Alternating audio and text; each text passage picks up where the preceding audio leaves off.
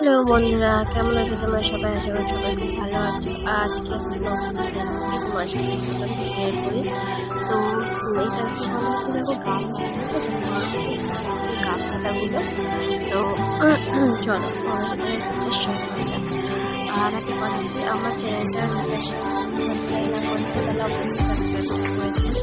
আমার চ্যানেল হলো চলো পাতাগুলো শিলাগুলো তাড়াতাড়ি করে ছাড়িয়ে নিয়ে এরকম ছাড়ানো হয়েও গেছে। কুচি কুচি করে কেটে নিতে হবে, একদম ঝুড়ো ঝুড়ো করে কেটে নেওয়ার পরে পাতাগুলোকে সেদ্ধ বানাতে হবে। আমি বলে দিই সেদ্ধতে কী কী দেওয়া হবে। তো এর মধ্যে না নুন দেবে, হলুদ দেবে, আর অল্প একটু চুন দেবে যাতে কষারি ভাবটা চলে যায়। কাপ পাতা একটা কষ থাকে, তো ভালোভাবে এটাকে জল ঝরিয়ে এইভাবে নিগড়ে নিতে হবে হাতের মধ্যে। তো তারপরে দেখো ওখানে দেওয়া হয়ে গেলে এখানে কড়াইতে তেল দিতে হবে, আদা রসুন পেস্ট এর মধ্যে আদা রসুন কাঁচা লঙ্কা আমি দিয়েছি। তোমরা কাঁচা লঙ্কা দিতেও পারো, আবার নাও দিতে পারো, কোনো সমস্যা নেই। তো এটাকে একটু ভালোভাবে একটু ফ্রাই করে নিতে হবে 2-3 মিনিটের মতো।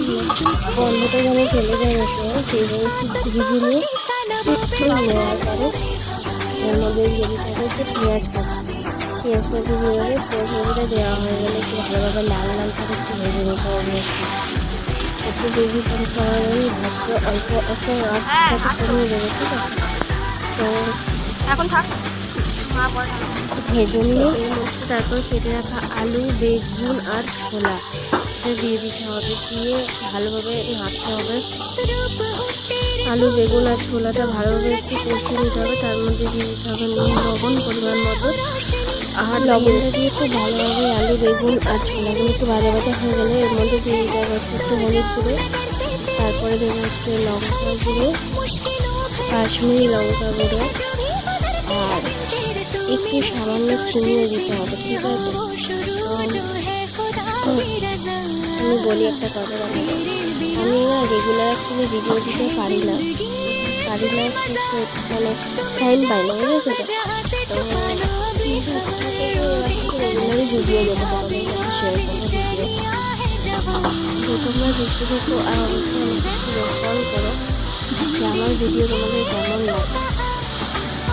তো দেখো এইভাবে ধুয়ে আর গাছ পাতাগুলোকে এইভাবে মুঠো মুঠো করে রেখেছিলাম না জল ঝরিয়ে, তারপরে দেখো গাছ পাতাগুলো দিয়ে দিতে হবে, ঠিক আছে? জল ঝরে না, গাছ পাতাগুলো দিয়ে ভালোভাবে নেড়ে চেড়ে মিশিয়ে নিতে হবে।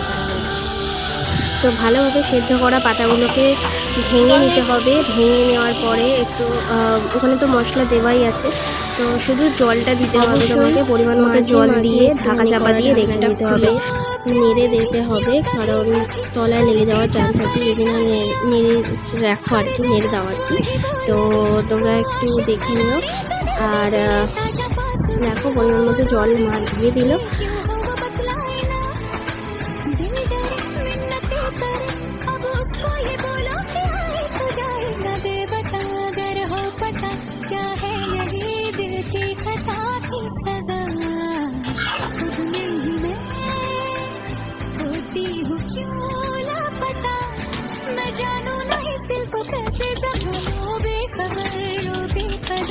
তো একটু শুকনো শুকনো হয়ে এলে মায়েকে একটু কাশ্মীরি লঙ্কাও অ্যাড করে দিল একটু কালারের জন্য অবশ্যই।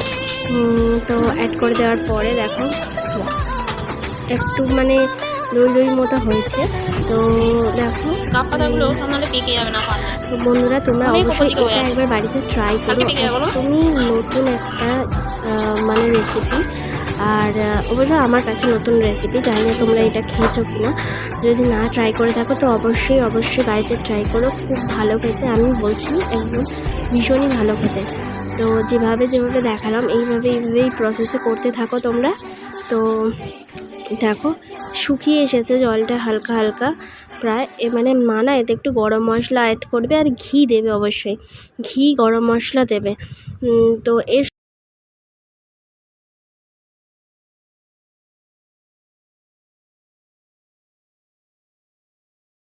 তো মা এখানে দেখো ঘি দিয়ে দিয়েছে, ঘি দেওয়ার পরে আরেকবার নেড়ে নেবে, নিয়েই একদম আমাদের গরম গরম রেডি হয়ে যাবে গাব পাতার তরকারি। তো ভিডিওটা ভালো লাগলে অবশ্যই লাইক, কমেন্ট, শেয়ার করে দিও।